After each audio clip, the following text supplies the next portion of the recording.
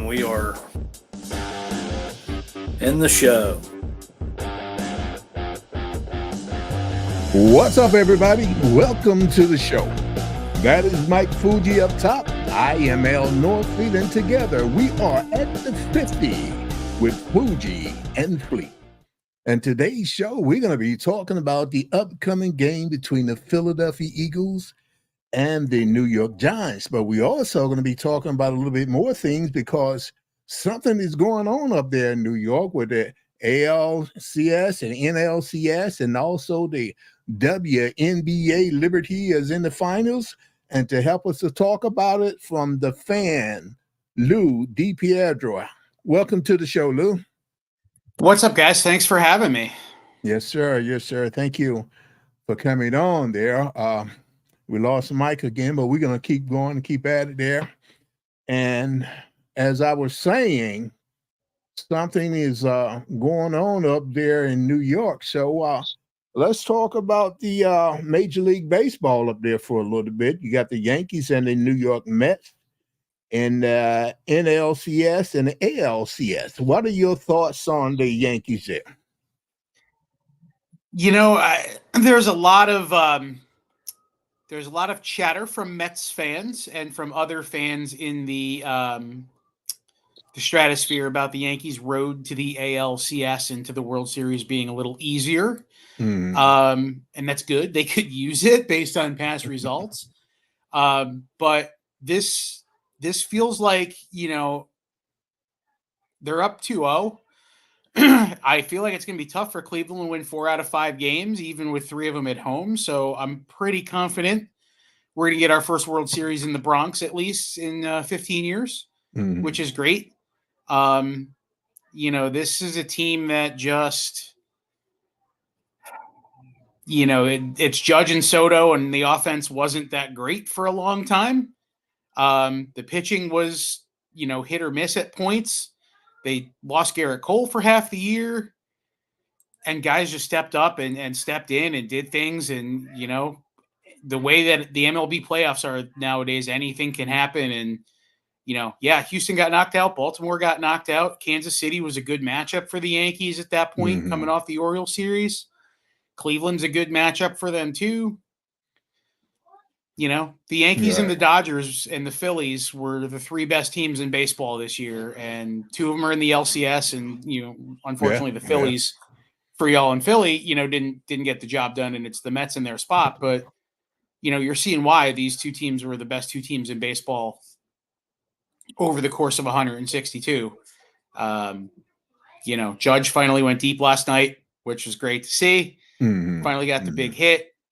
And now they got a little comfort level going out to Cleveland. So we're really optimistic about the Yankees up here, which, you know, both in the sports media and as Yankee fans, we can get a little jaded. And, you know, this team is the worst team of all time when they lose 3 games in a row in May. So we're loving it. You know, I the way I kind of see it as far as the Mets. Now, the first half of the year of the season, the Phillies had probably the best record in baseball. And then after the All-Star breaks, all of a sudden the Mets came up, and it's almost like they reversed roles. And then, you know, like you said, went into the slide here and there, but the Mets kept winning. Like you said, like, you know, their life depended on it. And I had the Mets when they was here playing the Phillies. And then I had the Phillies up there, the Mets. So it was a long, quiet bus ride home last week. You know, so it's an interesting thought. I was saying to you before we went live that, you know, the Mets have been playing every game like it's Game 7 of the World Series for about a month now. From maybe, you know, the last 2 weeks of the regular season, all the stuff that went into the hurricane in Atlanta and moving around, and the homestand against the Phillies at the end where they didn't know if it was the end for Pete Alonso and other things. And they've been playing fast and loose and free with house money probably since Game 1 in Atlanta of that doubleheader, when they knew they only needed to win 1 to make it to the postseason. And, you know, the weird dichotomy is, you know, I wrote a story for the Fan today about Carlos Mendoza talking about how moving Francisco Lindor to the leadoff spot in May really kind of sparked the offense.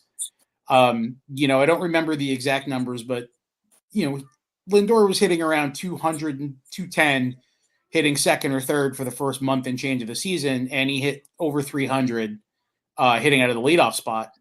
And he gave some thoughts on that during their workout day, and Mendoza kind of, talked about how that began and them talking on a bus ride in Miami after a loss, and that's really where it came from. And that's sort of where their season turned around. And sometimes it's just like that. I mean, we saw it with the Yankees. Gleyber Torres led off early in the year and had some struggles, and then Alex Verdugo was leading off, and now Alex Verdugo hits ninth, and Anthony Volpe was leading off for a little bit, and then he struggled, so he's hitting seventh or eighth, and Gleyber's back, and just sometimes that flow of the lineup can go. And then on the other side, earlier this week, or even last week, on Friday on the afternoon show on Ike, Spike, and Fritz on WIP, Spike was talking about why he thinks the Phillies should get rid of Rob Thompson and move on and bring in a new manager. And part of it was, like you said, they sort of went into the tank, and it was like the general idea was they thought they were the best team in baseball because they were, and maybe there was no accountability. So, when little things started to go wrong, it's like, whatever, we're still good enough to account for that. He invoked Nick Sirianni and his antics, and how the Eagles decided to keep Sirianni but lost both coordinators, and now we're here where we are this season, and it's kind of like, well, you're stuck with what you've got. That's sort of where they are if they bring back Thompson in Spike's mind. So, that lineup with Bryce Harper and Trey Turner and JT Realmuto when he's hitting, and they've got gritty guys that can do the little things well. Alec Boehm when his emotions are under control. You got a guy in Bryce Harper who his elbow was messed up, but they had Schwarber and Castellanos and all these other guys. He's like, you know what? We don't have a first baseman because Hoskins is hurt. I'll learn how to play first base. I can catch.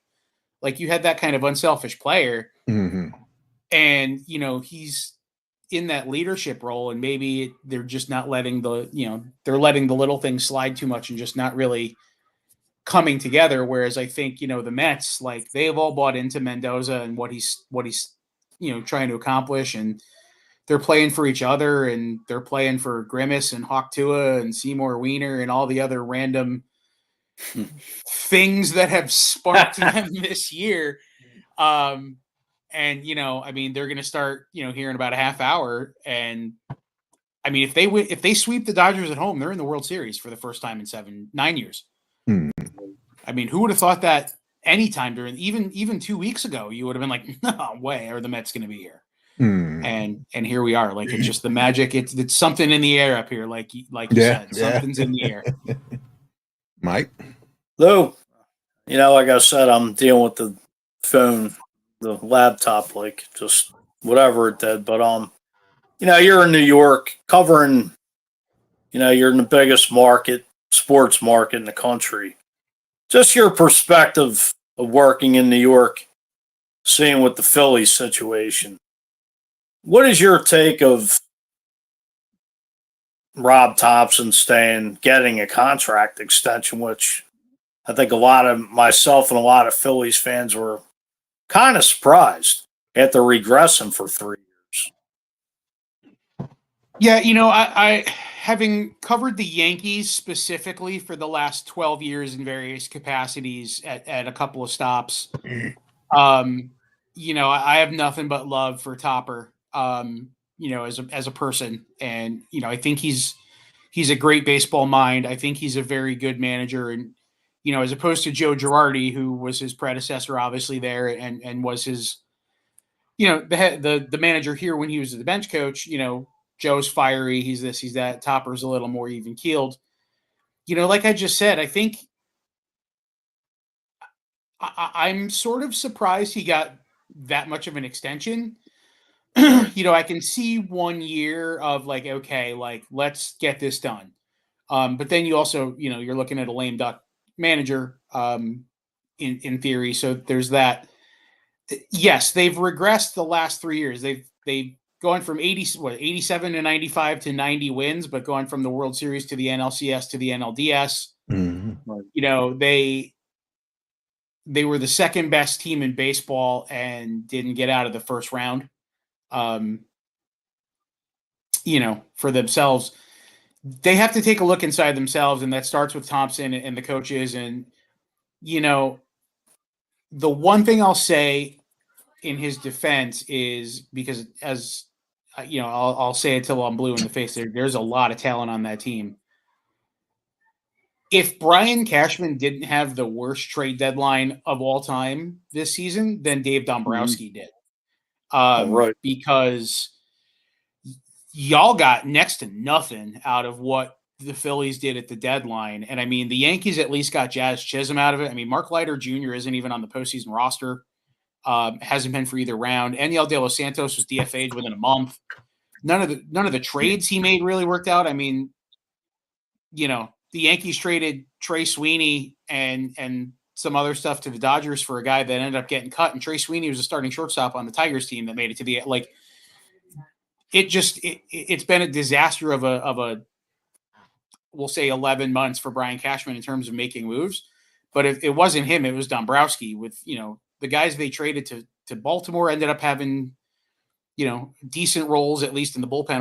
Austin Hayes did next to nothing and was on the bench. You can only play with the cards you're dealt, and Dave drew on a straight draw and got a pair, and it wasn't good enough. So we'll see. I mean, if they can start off next season the way they did this season, we'll see what happens with some of their free agents. I mean, that's going to be huge. Like I said, Topper was the spark they needed, so to speak. That team was going nowhere fast under Girardi. They fired him. He took over. He hit the even keel, and they rode, dancing on their own to the World Series. We'll see what we get in 2025. I mean, there's definitely blame for Dombrowski too, because to me, like you said, the deadline, it was, he didn't knock anybody's socks off with these moves. I mean, I know you don't want to trade your top prospects, but if you're going to go all in, sometimes you got to mortgage the future. And it's, Topper's taking a lot of heat, but Dombrowski should be taking just as much as the heat, if not more. I mean, Topper's only dealt with what he has. Right. And I mean, you have a very, and again, I'm in New York, so saying you have a very top heavy salary construction is rich coming from me, right? But, Harper, Turner, Nola, Real Muto, Wheeler, Castellanos, and Schwarber are making, 170 million between those 7 guys. And granted, they deserve it. Harper's Harper's a first ballot Hall of Famer. Wheeler and Nola are 2 of the best pitchers in the league. Nick Castellanos making $20 million is proof that anybody can make it in America, I suppose. But,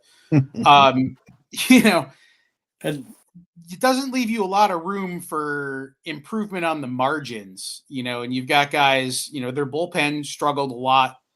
I know they got rid of Gregory Soto and Sir Anthony Dominguez and, all those moves in there with the Orioles and the Austin Hayes move. Like I said, you're coming up on an arbitration raise for Ranger Suarez that could be anywhere from a lot to a little based on whether you believe his first half or his second half was better.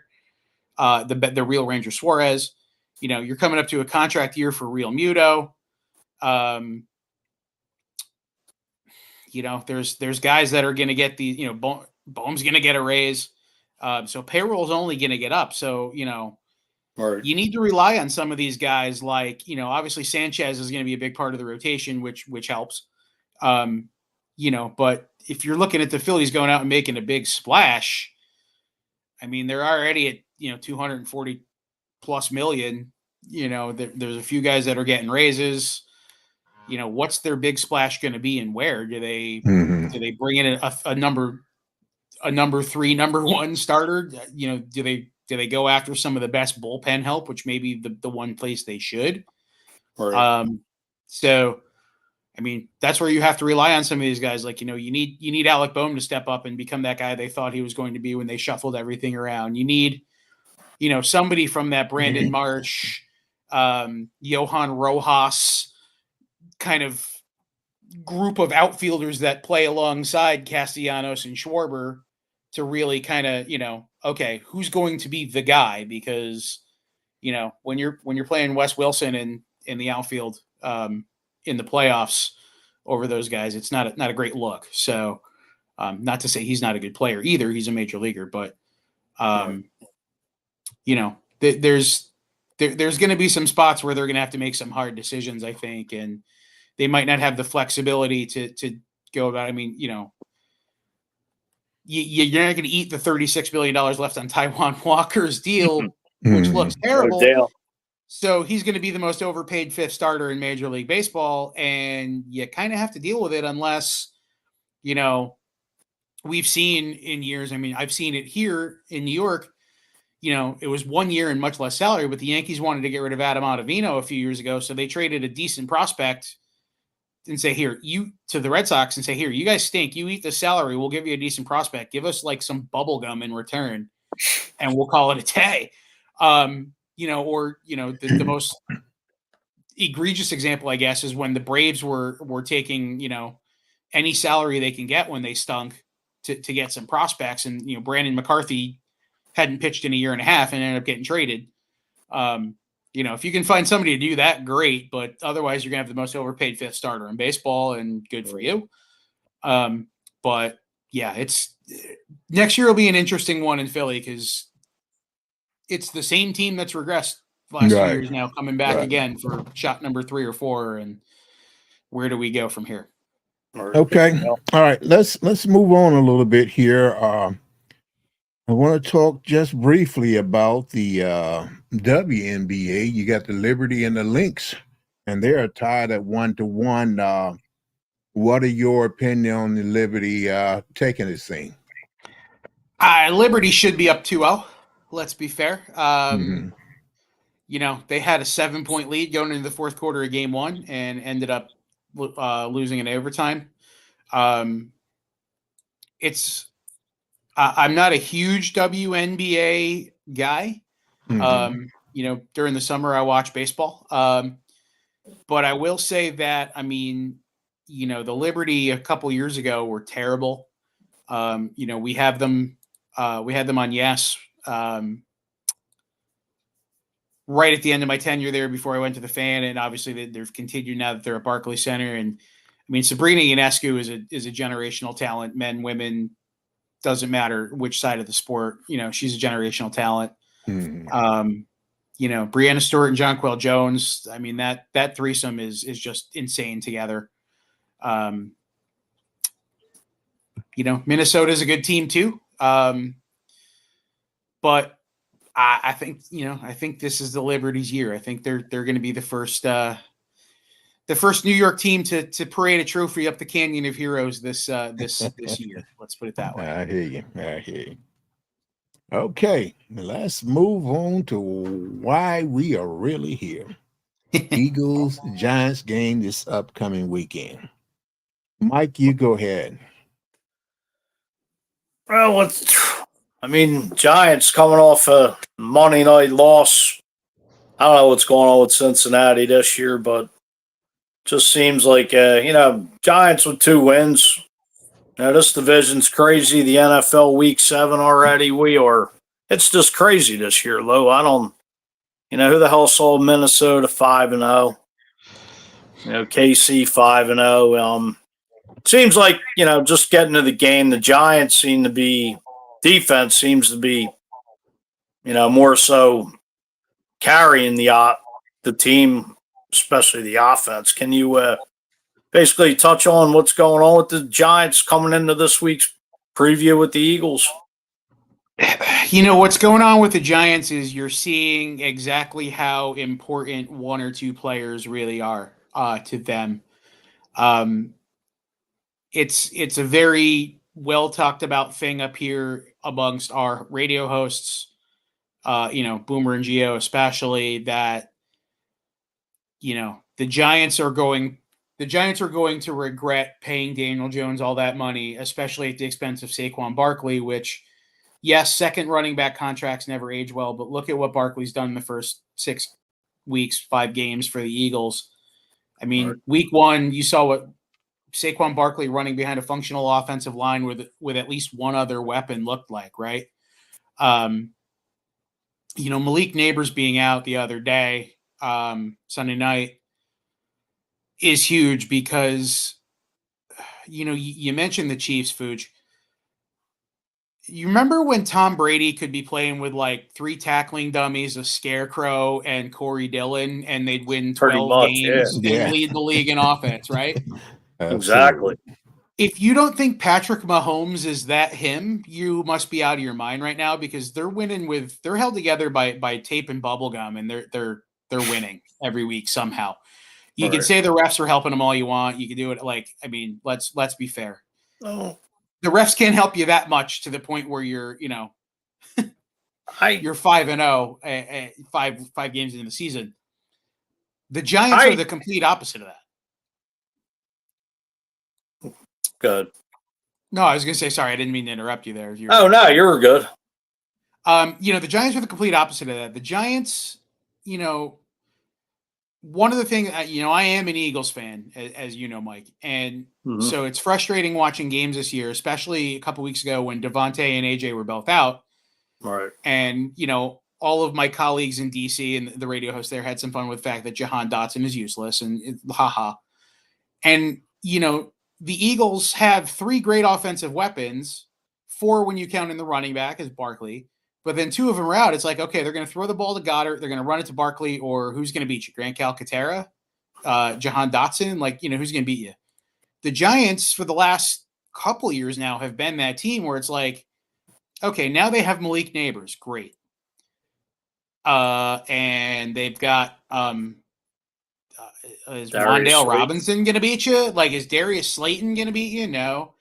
Tyrone Tracy looks like a decent find at running back, but neither him or Singletary are exactly going to scare the pants off a team. So when you're missing your number 1 receiver and it's Slayton and Wan'Dale Robinson and Tyrone Tracy back there, no wonder they scored 7 points. Cincinnati does have a good defense, and the Giants defense, like you said, is carrying them. I mean, Joe Burrow was throwing it all over the place on the Ravens secondary a couple weeks ago in that game when it went in overtime, and they only scored 17 points this week. So, and both of their touchdowns were on the ground. So it's not like Burrow was lighting it up either. That said, I mean, we know where the Eagles' weakest point is in the defense right now, and the Giants, even with Neighbors, right, pretty confident in Quinyon Mitchell to be able to handle Neighbors. The speed of the game for both of them being rookies should be about the same. Nice whether it's Darius Slay or Rodgers or whoever might be over there you're covering Wan'Dale Robinson and Darius Slayton,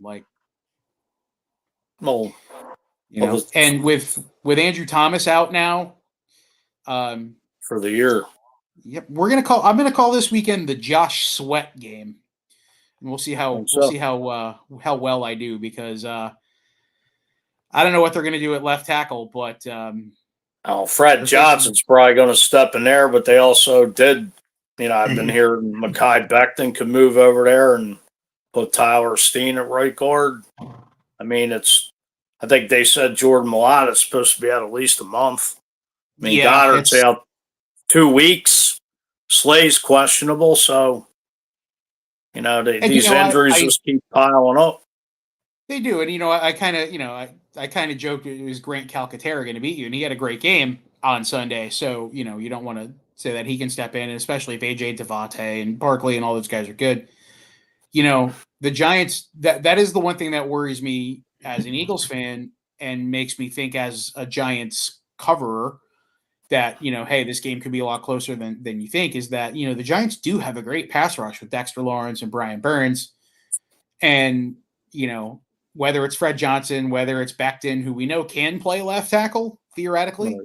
Right. We don't know how many reps he's gotten there, or what it's looked like there.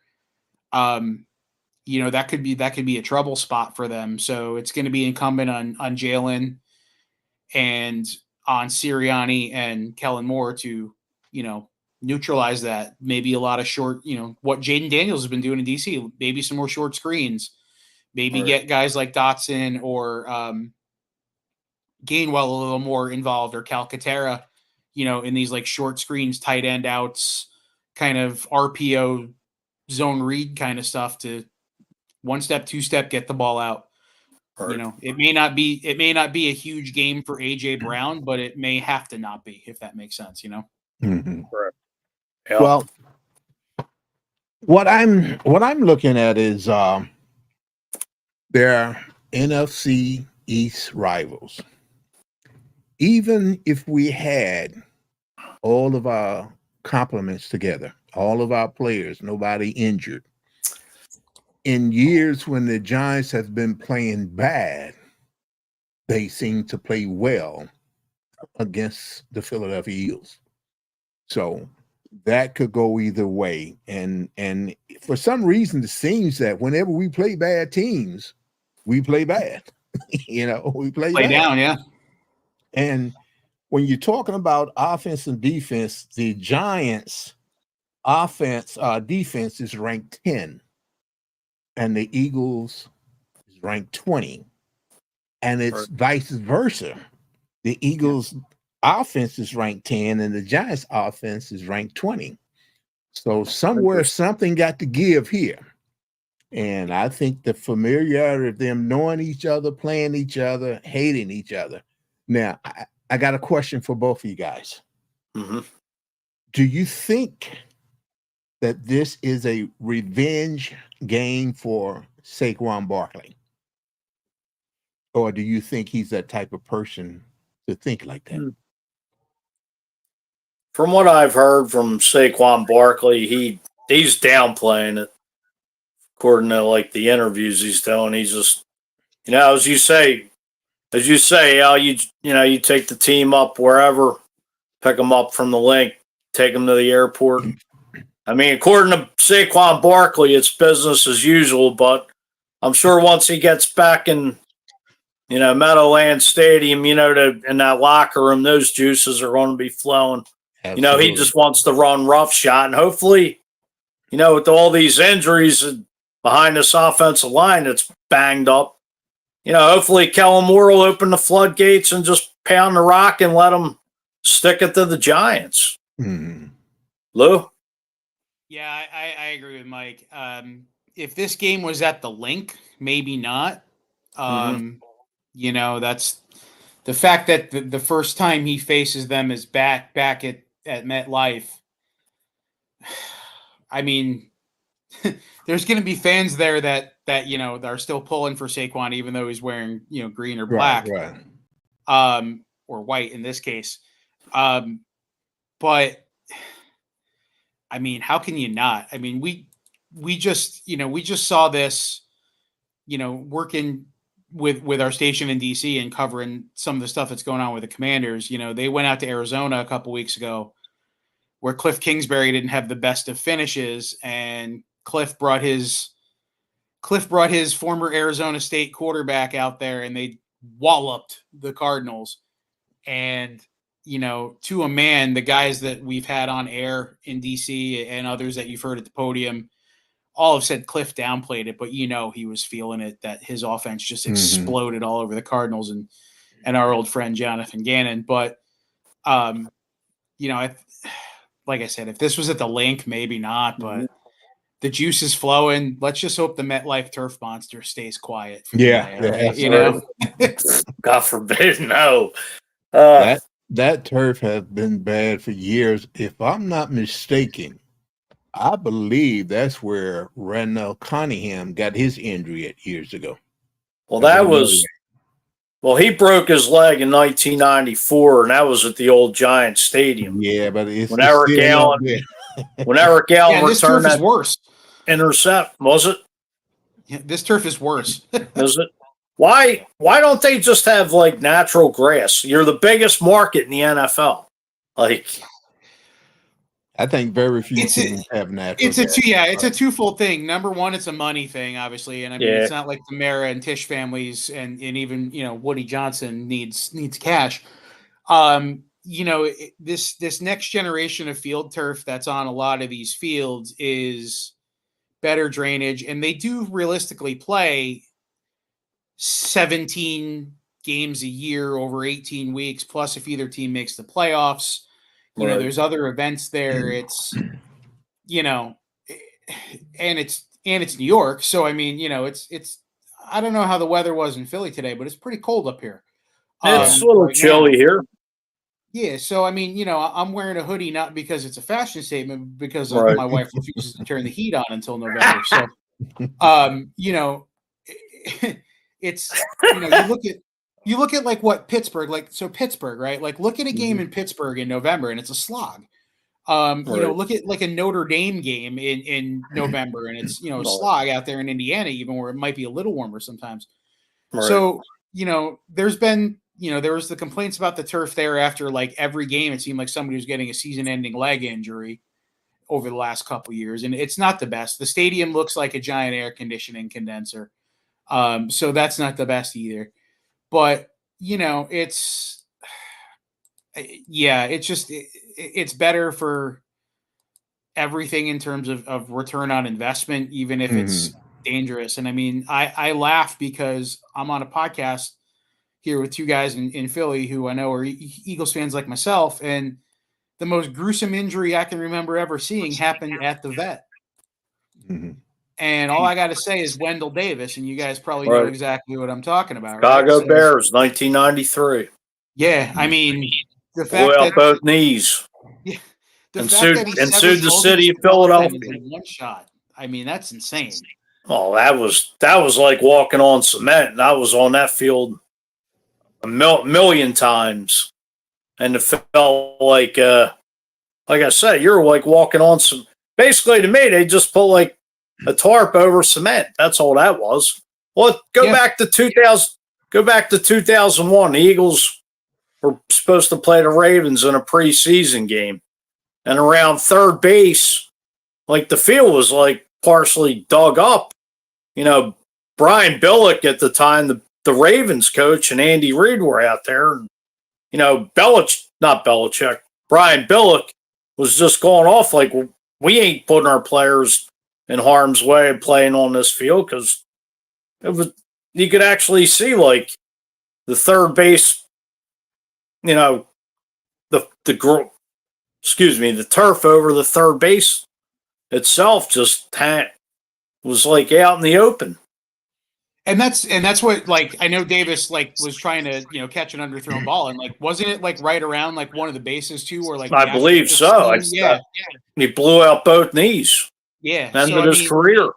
You know, it's Monsanto has moved on from AstroTurf to GMO food, so they're killing people in different ways now. But you know, AstroTurf, but you know, to your thought about the field turf, like AstroTurf and the multi-purpose stadium was a thing. I mean, look at the 70s where you got the Vet and Riverfront Stadium in Cincinnati and Pittsburgh. Three Rivers. And, you know, that was the thing. And now it's this, you know, kind of field turf era.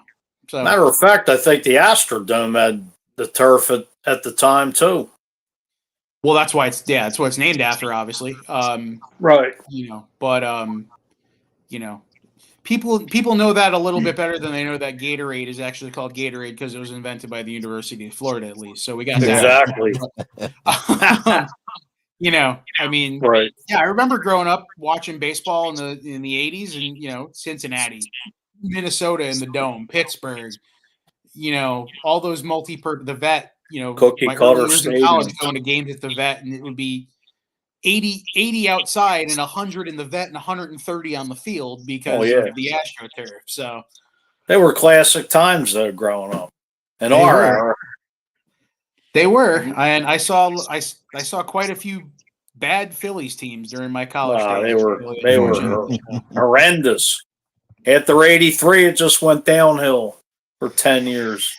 Don't get me started. To age myself for everyone who's listening, I will tell you that the era I saw games in the Vet was I'll just say one word: Tito. So that'll age me. My college years was the Terry Francona era. So right. Yeah, they were not good. No, they weren't. I got another question. We're gonna go offline for a second here, off the Eagles for a second here. This question's for both of you guys. What do you think of the Devontae Adams trade to the Jets? Go ahead, Lou. You're the New York guy. What's do you Woody hear? Johnson going to do when the Jets lose by 30 next week? You know what? If it wasn't clear that Aaron Rodgers, they've pushed all their chips in and he's running the show and doing whatever he wants because they're so desperate for a winner. Mm-hmm. I mean, Godspeed to him. You know, Aaron Rodgers to Devontae Adams was a lethal combination 3 years ago in Green Bay. Will it be the same here? Hopefully for the Jets, yes. What happens when they still finish 7-10? Are they both going to want out? But I don't know. I mean, it's desperation, and wide receiver was not the problem. Jets. I mean, Garrett Wilson is a really good player, and Rodgers had one of his guys already in Lazard. So we'll see. The thing is, I've heard, and maybe you could attest to this, or is it true that the Jets front office gave Hassan Reddick a 48-hour window to seek a trade? Is that still happening? I don't know if the window was ever officially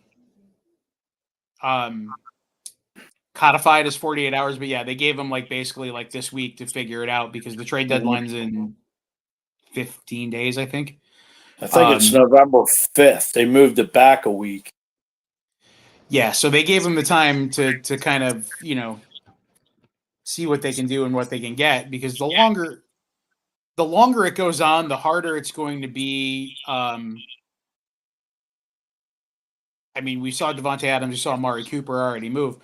The longer that goes on, the harder it's going to be for them to get anything of consequence, because you're going to get Reddick for less and less games. He's already sat out 6 games. He's doing whatever. It's going to take him a couple weeks to get up to speed. If you traded for him tomorrow, you're looking at maybe week 9 before he's even remotely what you want him to be.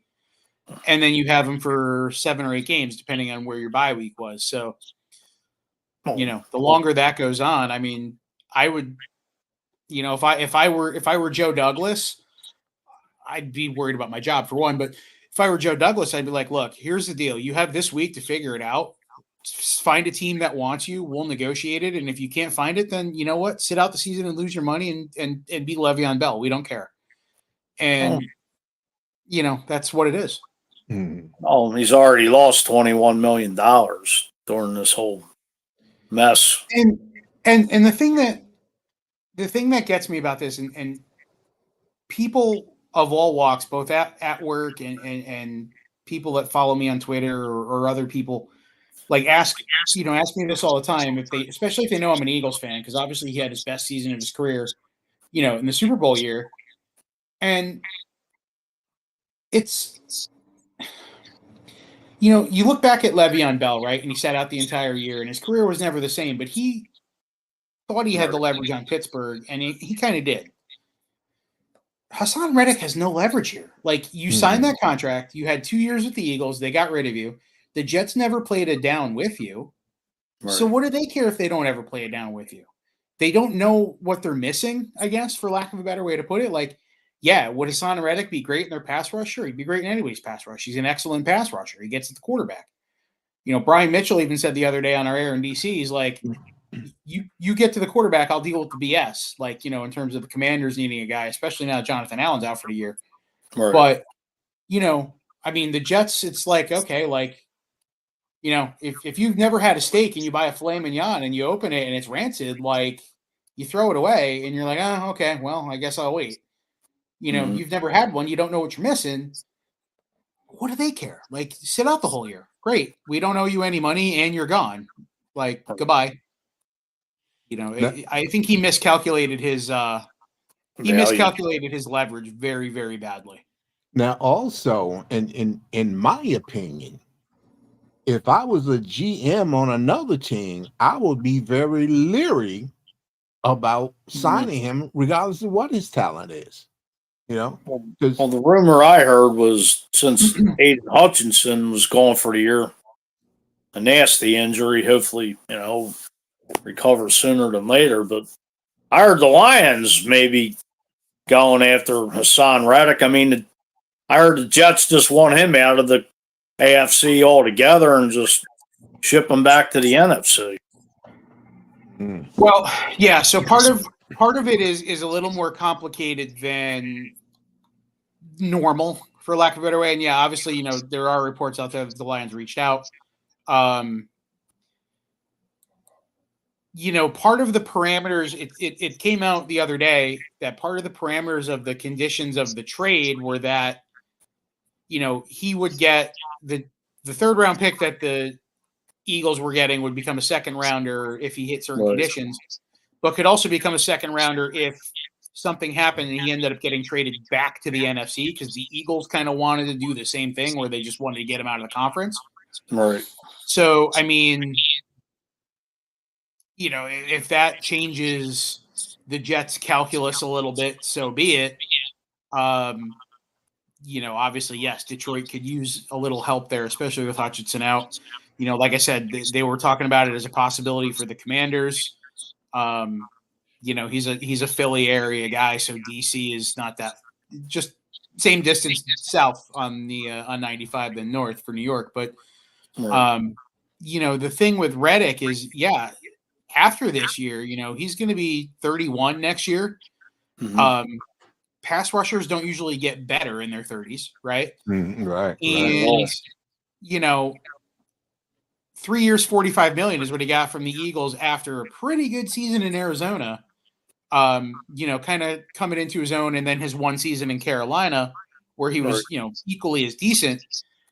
Yeah, he had a monster season in 2022, but so did everybody. I mean, that team almost set the NFL record for sacks in a season. He regressed a little bit. Yeah, he regressed a little bit in 23 and then still wanted more money. And it's like, well, you cost yourself that money by holding out this year. Because if he went out for the Jets and had, we're talking 6 weeks into the season, so we'll play with a third of the season numbers. If he was sitting there right now with 4 or 5 sacks, couple extra tackles for loss, looking like Hassan Reddick of 22, you're going to find a team that needs a pass rusher that's going to give him 3 years at $20 million per. Right. 3 for 45 is going to be hard for him to get again. I mean, he might get the Lions may trade for him and say, we'll restructure your contract so you get all 15 mil of your money this year, but it's 2 years, 27 million with 20 guaranteed. And, your dead cap is 5 million next year. And if you're a pain in the ass, we're just going to cost you. Cause he's got that. I mean, he's on his 4th team in 5 years and he's about to be on his 6th. So, right. I mean, there's something to be said there. Absolutely. And that hurts me because he's a Temple guy. So, that hurts me, but. Okay. I got another question for you. What is your opinion, both of you guys, of the antics of Nick Sirianni this past weekend? Lou, I'll give you the floor. I am on record on Twitter as saying that I would have fired Nick Sirianni 2 weeks ago. I would not have brought Sirianni back this year at the end of last season. Jeffrey Lurie has only fired a coach in season once, and that was the end of the Chip Kelly era, which wasn't so much that it needed to happen. It's just he really they couldn't wait another week for him to go away. Right. And that, that was what it was. I don't know what his problem is. I like that. That's what it comes down to. Is I think that, we went through the Andy Reid era and we know how Andy Reid is, and it was what it was. And Doug Peterson was, Doug. Doug Peterson was Doug. What has Nick Sirianni done other than, I look back at Joe Torre and the 96 Yankees. Anybody could have managed that team to the World, or the 98 Yankees. Anybody could have managed that team to the World Series. They won 125 total games. What has Dick Sirianni done to have this level of cockiness, hubris, whatever you want to call it? I mean, yes, I understand the logic that he was a Frank Reich guy. Frank Reich was a Doug guy. They won, they won the Super Bowl. Like, it's part of that tree. New England is going to have guys off the Belichick tree for the next 50 years, probably, because of the success he had. And you can understand that. Mm-hmm. But it's not like Indianapolis's offense was like berserko. Granted, he was working with Jacoby Brissett and a reanimated Phillip Rivers in his last 2 years, but he wasn't Ben Johnson or Shanahan before he went to San Francisco from Atlanta or whatever. And then they trade Carson Wentz. He brings in Hurts. They have this big year, and he's the guy that bowled a strike the first ever time he rolled a bowling ball, and all of a sudden thinks he's Pete Weber. Like, come on, man. Act like you've been there before. I guess that's the best way to say it. Well, I just feel, his antics were just ridiculous. You bring I know he's getting ridiculed bringing his kids out to to me, why? If you're going to do that, you do winning, when the Eagles won the NFC title to go to the Super Bowl and you're going to celebrate. But it's what are you, just hiding behind your kids and trying to dodge bullets? It's it's crazy, and I just feel. Let me ask you, gentlemen, how long's it, depending on what goes on the next couple weeks with this team? How long before Nick Sirianni gets fired? Like you said, if you were Jeff Lurie, you would have fired him 2 weeks ago. You guys tell me. Al, go ahead, because I know exactly what my answer is going to be. Well, I don't think Mr. Lurie will fire him in season unless something really, really goes awry. And like I said, he's only done it once, and that was with Chip. But in this season, we have the talent. We haven't played that way. But I think that if he sees that it's continuing to go downhill with him in charge of this team, he may decide to go outside of his normal and make a change. Here's my answer, and it happens to line up perfectly with the schedule and various things that are happening. They're 3-2 right now, right? Mm-hmm. So they beat the Packers in that good game. They could be 4-1. That Falcons game. They also could be 2-3 because of the Saints game and the Packers game. Realistically, they could be 1-4. Let's be fair. They could be 0-5 because they didn't exactly blow the Browns out of the water either. Right. They play the Giants, then they play the Bengals, then they play the Jaguars. 2 of those 3 games are at home, and for God only knows what reason, that Jaguars game is a Sunday nighter right now, which I doubt that'll probably change. Mm-hmm. The 2 games after that are at Dallas, and then the Thursday nighter against the Commanders. If they're 6-2 or 5-3 after the Jaguars game, and end up 6-4 or 5-5 after the Commanders game, Sirianni gets fired during the mini bye. Mm-hmm.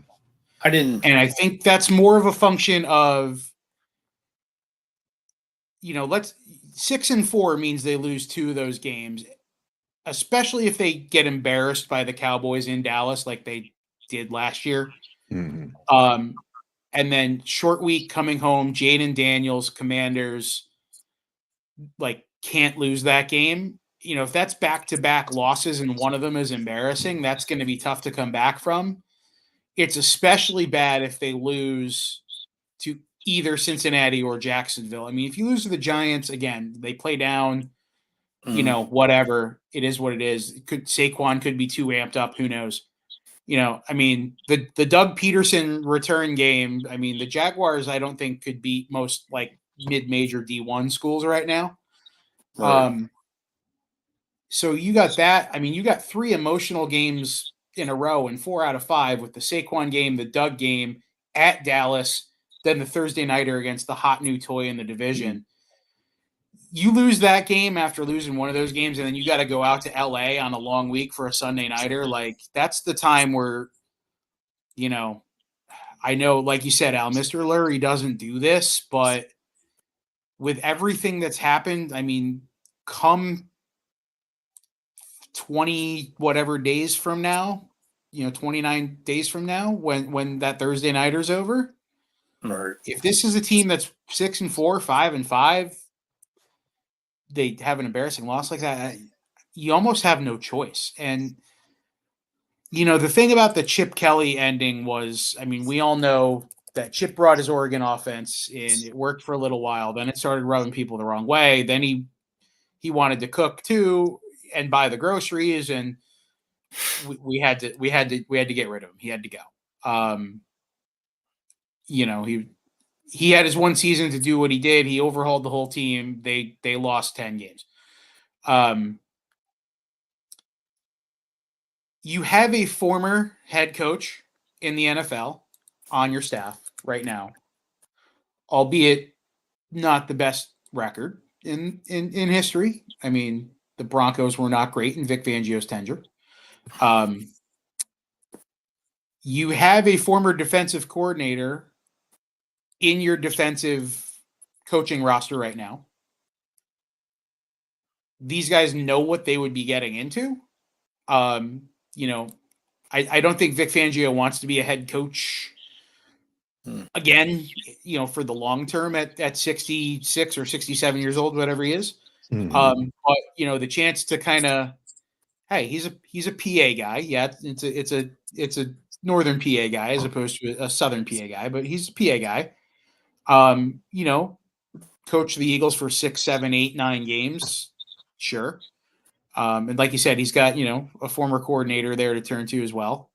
Hurts my heart with Sean Desai too, because, you know, he's from my hometown. So, you know, and he also was, you know, a Temple guy as their special teams coordinator for the 1 year after he was graduate assistant. But yeah, that's my take. If they come out of that Cowboys Commanders back to back and get embarrassed in that 5-day stretch, that might be the end of the road, because you know Nick is going to do something stupid. Yeah. Somewhere in that week. I think he's acting like, I didn't hear you guys. My sound was terrible, and that's why I got knocked off. But I just think he's acting out, because I think he's just, the pressure's getting to him. I think he's probably trying to do too much, like all this rah-rah stuff. And I mean, come on. You came out against one of the worst teams in the league and just, like, I don't want to say, like, you just played down to the opposition. I mean, that Cleveland team's just, you know, a lot of talent on that team. They just can't get it together. You know, now's the stretch you got to go up, beat the Giants, beat the Bengals, beat Jacksonville. Like, you know, it's coming around.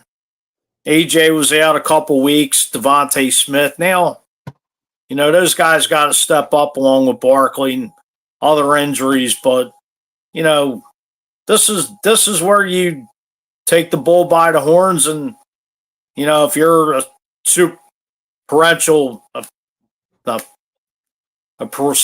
perennial team, this is what separates the men from the boys in the NFC East. And my thing is, I'll beg to differ. I think Kellen Moore got, you know, if Sirianni goes, I think Kellen Moore gets the interim position, because I don't know if you guys remember this, but Kellen Moore was on the interview process when they hired Nick Sirianni. I don't think Vic Fangio wants it at his age, 67, 68.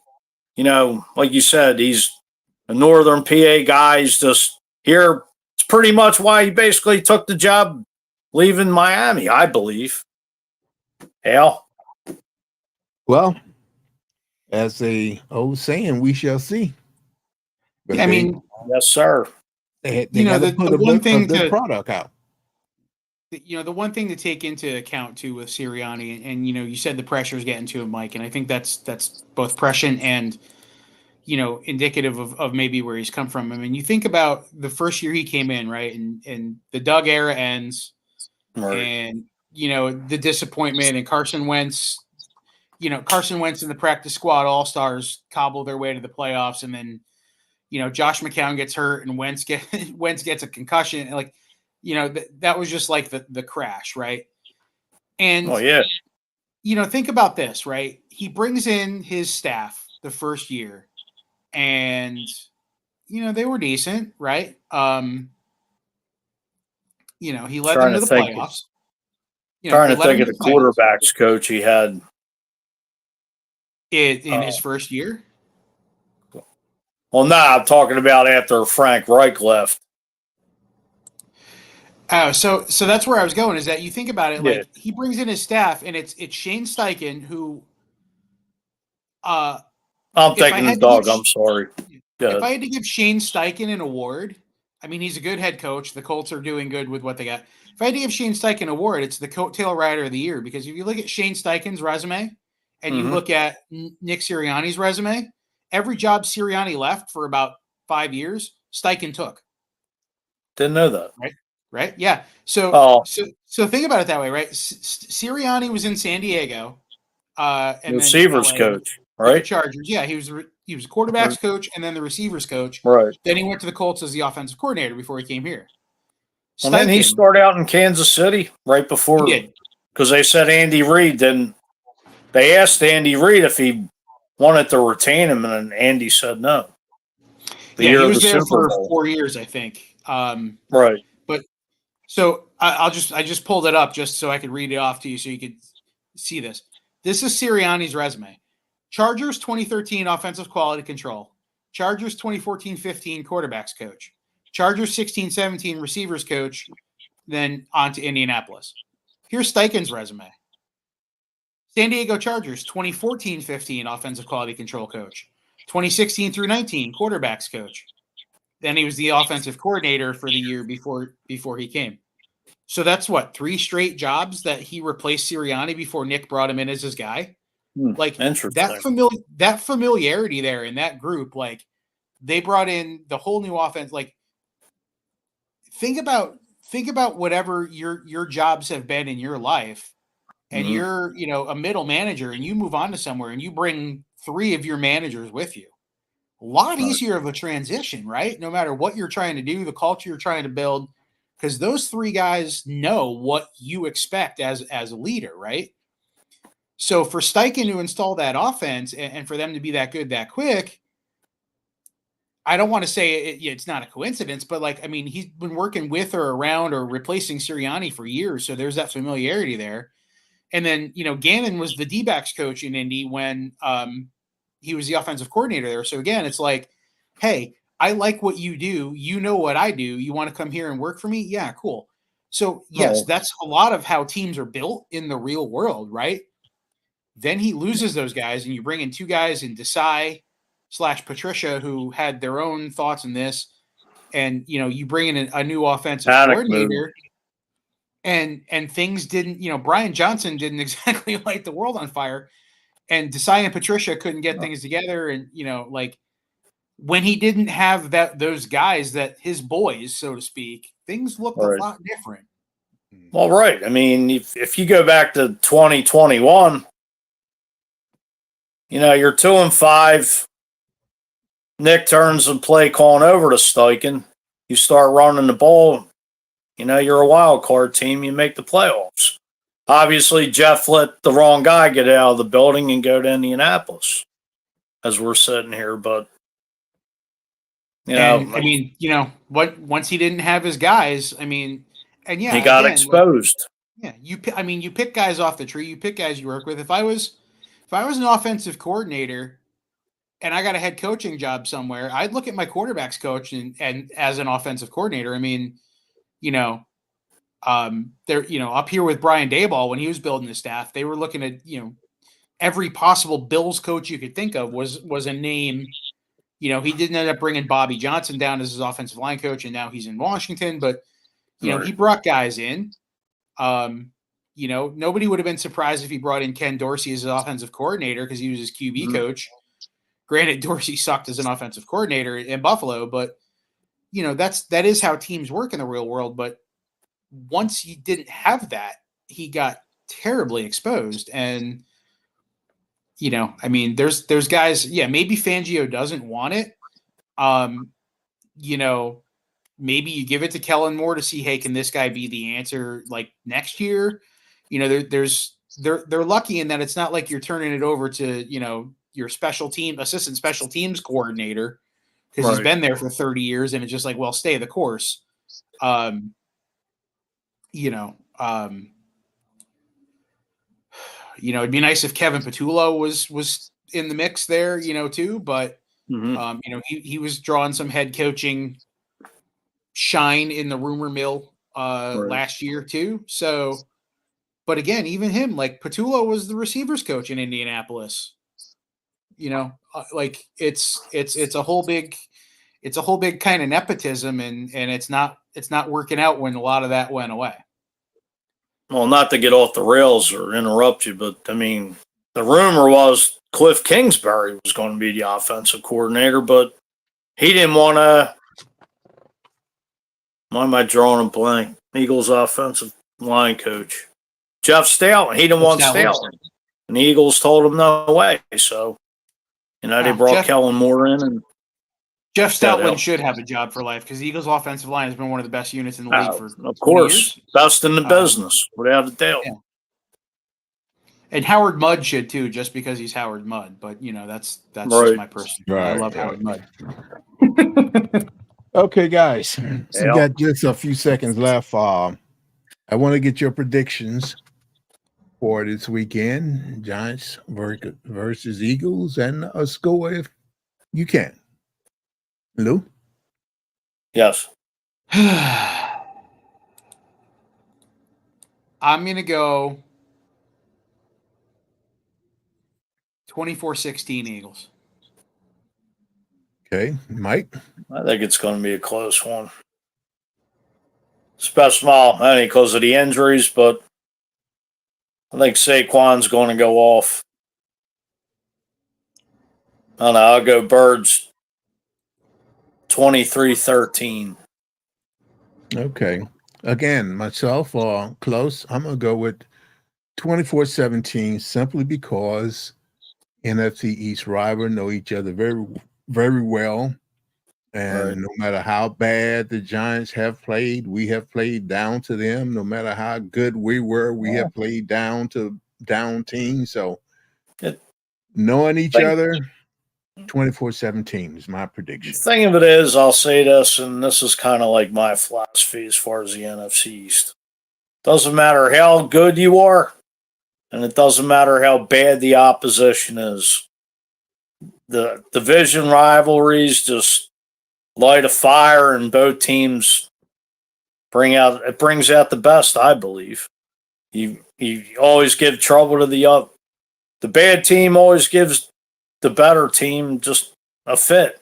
So now it's an old NFC East rivalry. Yeah. And you know what the biggest indictment of all of it is that none of us picked the Birds to score more than 24 points. Absolutely. Absolutely. The Giants defense is that good though. So Well, Dan Cilio made a good point in the preseason, probably saying at the time, I don't know about now and don't hold me to it, but he thought the Giants defensive line was probably one of the better ones in the NFL going, the campaign for 2024. I don't know if you could attest to that, but yeah, I mean, their pass rush is their strength of their defense. And again, as we said earlier too, the left tackle situation plays into that too. So you never know. Well, especially going up against this banged up Eagles offensive line. I mean, that's a little scary coming in the Sunday too. Now here's a little stat for you. The Giants have 26 sacks. They have 80 quarterback pressure, whereas the Eagles Wow. have 11 sacks and only 54 quarterback pressure. Those guys up That tells you that something. Giants defensive line is eating. Yes.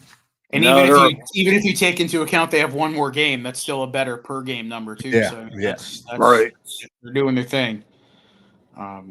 Okay. All right, Lou. guys. It's been a pleasure. Lou, thank you so much for sharing your time and your insight with at the 50 with Fuji and Fleet. We really appreciate it. Hey, Absolutely. Al, not to cut you off, Lou, just wanted to ask you, what's your World Series prediction? My World Series prediction is Yankees in 6. My World Series prediction is that they beat the Mets in 6. Let's go, baby. Subway Series, huh? I'm ready. I'm ready for it. I think the Dodgers are a better team than anyone left in the playoffs, but the Mets just have the magic, man. Let's go. All right. All right, everybody. Thank you, Lou. so much for tuning in to us. Thank you, Lou, for coming on. This has been At the 50 with Fuji and Fleet and Mr. Lou DiPietro.